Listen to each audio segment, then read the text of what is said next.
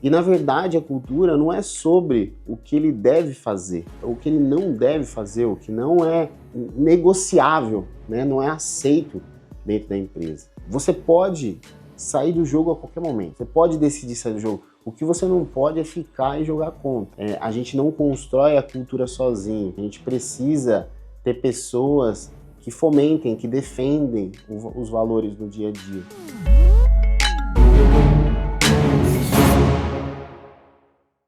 Mais um FJ House na área e eu hoje venho falar de um tema que é muito importante na minha trajetória como diretor, como líder, que é a cultura organizacional. A cultura, gente, é um papo no final do dia. A sua cultura, ela existe você querendo ou não querendo, né? Você optando por criar ela dentro da sua empresa ou não optando. Se faz necessário que essa cultura seja criada por você, porque se você não criar essa cultura, o seu time, né, seus colaboradores vão encarregar de fazer isso por você tranquilamente. E na maioria das vezes, e sempre, eu arrisco dizer, não são a galera boa, a galera de bons hábitos que vão criar a cultura para você. Vão ser os detratores da cultura, aqueles que realmente não têm nenhum objetivo de fazer a empresa prosperar e crescer. É importante que você tenha ciência disso. Falei no primeiro episódio do FJ House, se você não assistiu, volta lá. A pior cultura do meu negócio era eu. Ah, pô, Felipe, então você era uma pessoa ruim? Não, é porque eu não tinha consciência de realmente qual eram os hábitos de uma empresa que cresce. Porque eu sempre falo, né, uma empresa ela tem 3 destinos. Ou ela vai ser vendida, ou ela vai ser herdada, né, ela vai ter uma sucessão, né, familiar, ou ela vai falir. E os motivos para qual ela fale ou ela prospera são os ritos que você tem dentro da sua empresa, a sua norma de conduta dentro da sua empresa, os valores da sua empresa. Tudo isso, a cultura vai mapear por onde o seu colaborador deve ir. E na verdade a cultura não é sobre o que ele deve fazer, o que ele não deve fazer, o que não é negociável, né? Não é aceito dentro da empresa. É importante você se conscientizar disso, trabalhar em prol de ser firme em relação às condutas que são feitas, os hábitos que são feitos dentro da sua empresa, porque isso vai ser um fator predominante para o seu futuro ou para a infelicidade do seu negócio. Já dizia o Jim Collins, um cara que eu admiro muito a literatura, em Empresas Feitas para Vencer, ele fala sobre a verdade nua e crua.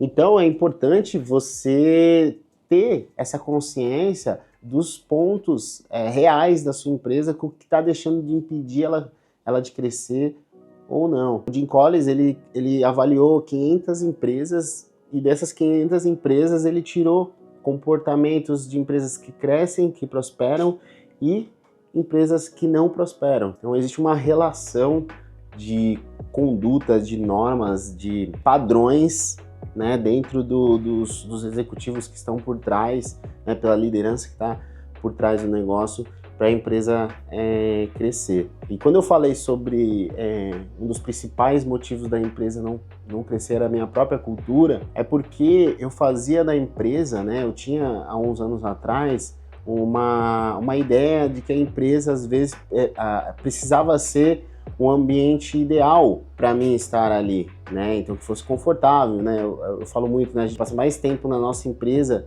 do que nas nossas casas. Então por que não tornar um ambiente foda, né? Um ambiente que seja legal de estar, um ambiente que seja harmonioso. Mas tem coisas que a gente não vai conseguir criar um ambiente, né, fofo toda hora. Realmente o ser humano precisa de algumas rédeas para seguir ali na linha, né? Se você não tiver bem pautado quais são os limites do time ali, eles vão encarregar de criar esses limites por você. E às vezes esses limites, né, e esses hábitos pode ser coisas que realmente atrapalham o fluxo do crescimento da empresa. Além dessas regras, desse manual de conduta, é importante que você tenha guardiões da cultura. Eu falo muito isso pro meu time.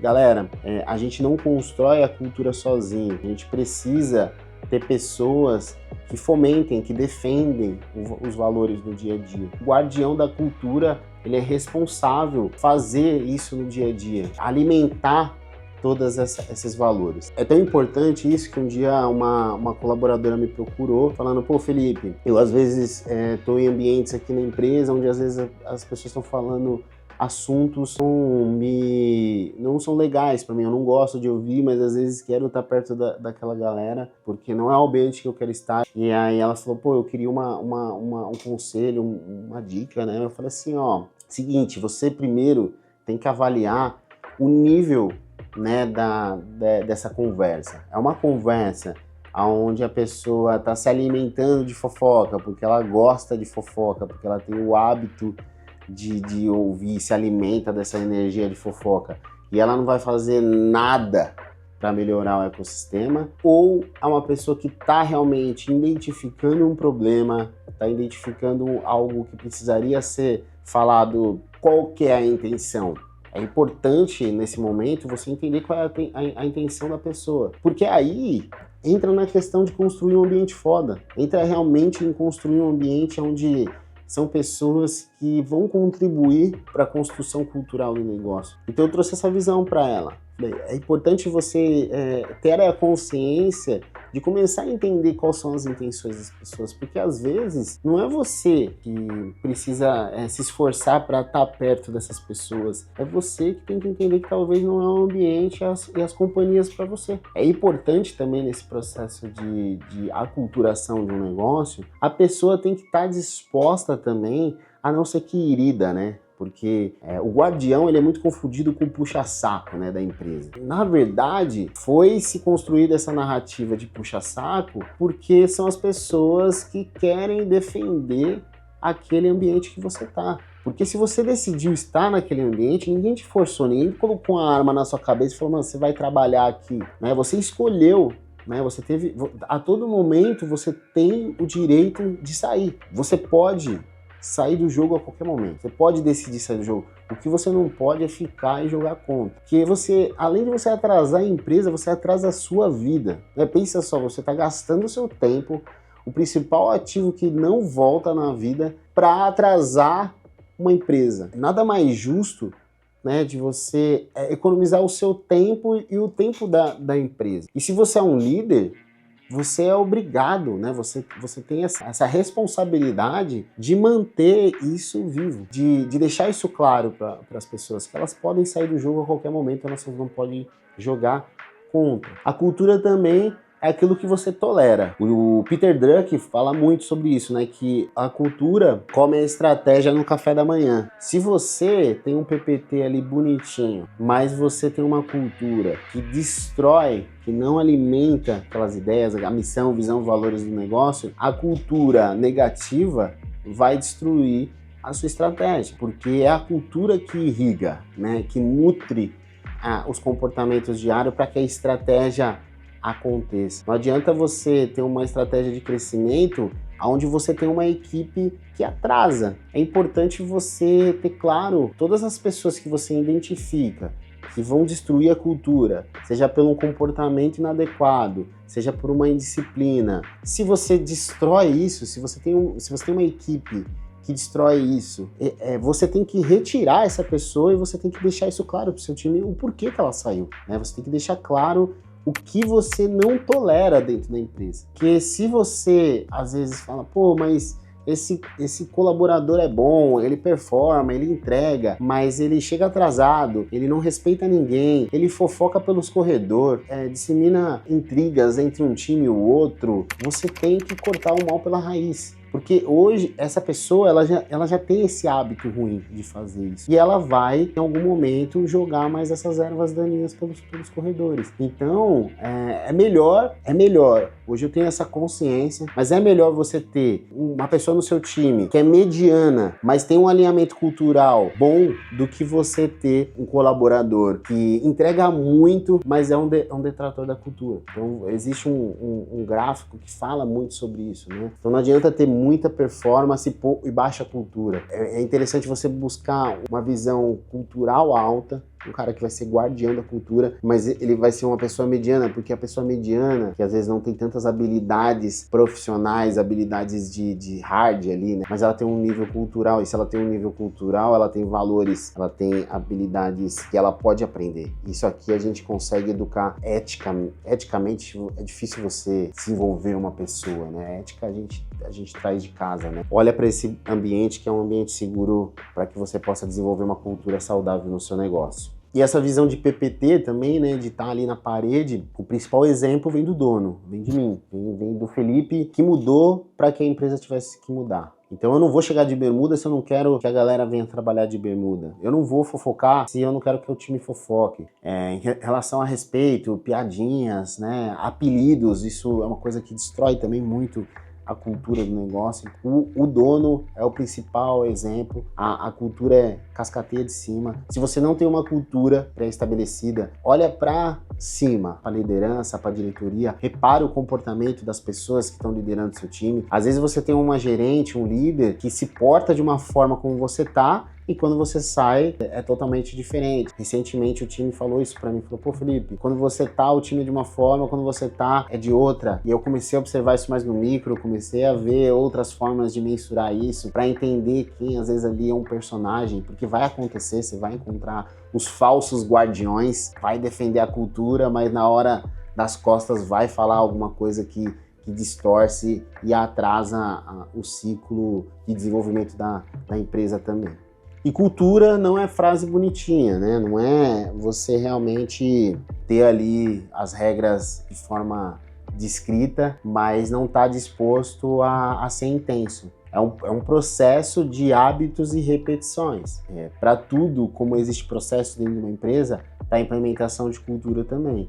Não implementamos a cultura do Grupo X da noite para o dia. Foi um processo de implementação, né, de rever todos os pilares que sustentariam essa cultura, desde missão, visão, valores, né, as regras, as normas. Então hoje a gente tem uma avaliação, o colaborador entra, em 15 dias a gente avalia, 90 dias a gente avalia, depois a gente tem um ciclo semestral que é cíclico, a gente sempre está avaliando pontos de comportamento, cultura, motivação, horário, respeito. E por que eu falo muito de hábitos e repetição? Porque às vezes a pessoa não vai mudar da noite pro dia, você vai ter que chamar atenção, 1, 2, 3, tem todo aquele time que você quer trazer junto, pessoas que antes da implementação da cultura mais firme, mais rígida, estava dentro ali do ecossistema e você quer trazer junto, então você tem que ser repetitivo, você tem que chamar para conversar one on one. Se dentro desses períodos que eu falei de 45, 90 e 6 meses, se precisar chamar para uma conversa mais intensa e mais firme, olha fulano, dessa forma que você está se comportando, da forma que você está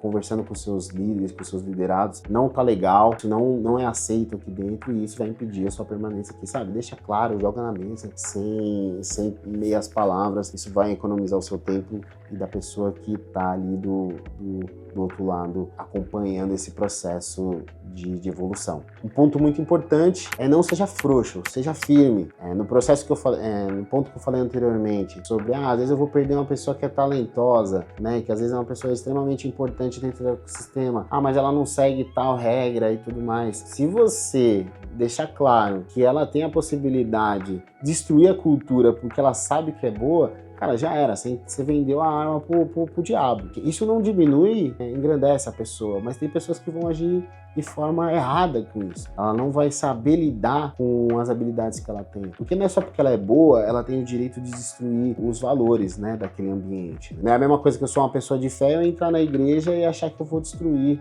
os valores que tem ali culturais. Muito pelo contrário, eu tenho que ser o exemplo daquilo. Então não seja frouxo em relação à sua cultura. Seja firme, imponha limites, deixe claro o que é permitido e o que não é. Um ponto importante é que a cultura é construída nos corredores, não na frente dos líderes. Então é importante que você tenha formas de monitorar isso, de acompanhar, além dos guardiões. Tem várias formas de você fazer isso, né? Seja com avaliações, seja com entrevistando, né, e cruzando informações com os liderados, com pessoas que realmente estejam empenhado nisso. Tem formas que você pode mapear o comportamento de pessoas, seja por uma inteligência artificial, seja pelos entregáveis dela, seja aprendendo realmente quais são os gaps ali que o colaborador tem que evoluir, tá certo? Então é isso, galera. Cultura é o que acontece quando ninguém está vendo. Seja intenso em relação aos valores da sua empresa que você implementou. Puxa a orelha realmente das pessoas que têm a obrigação de serem os exemplos, mesmo que seja um líder, que seja seu sócio. Tenha medo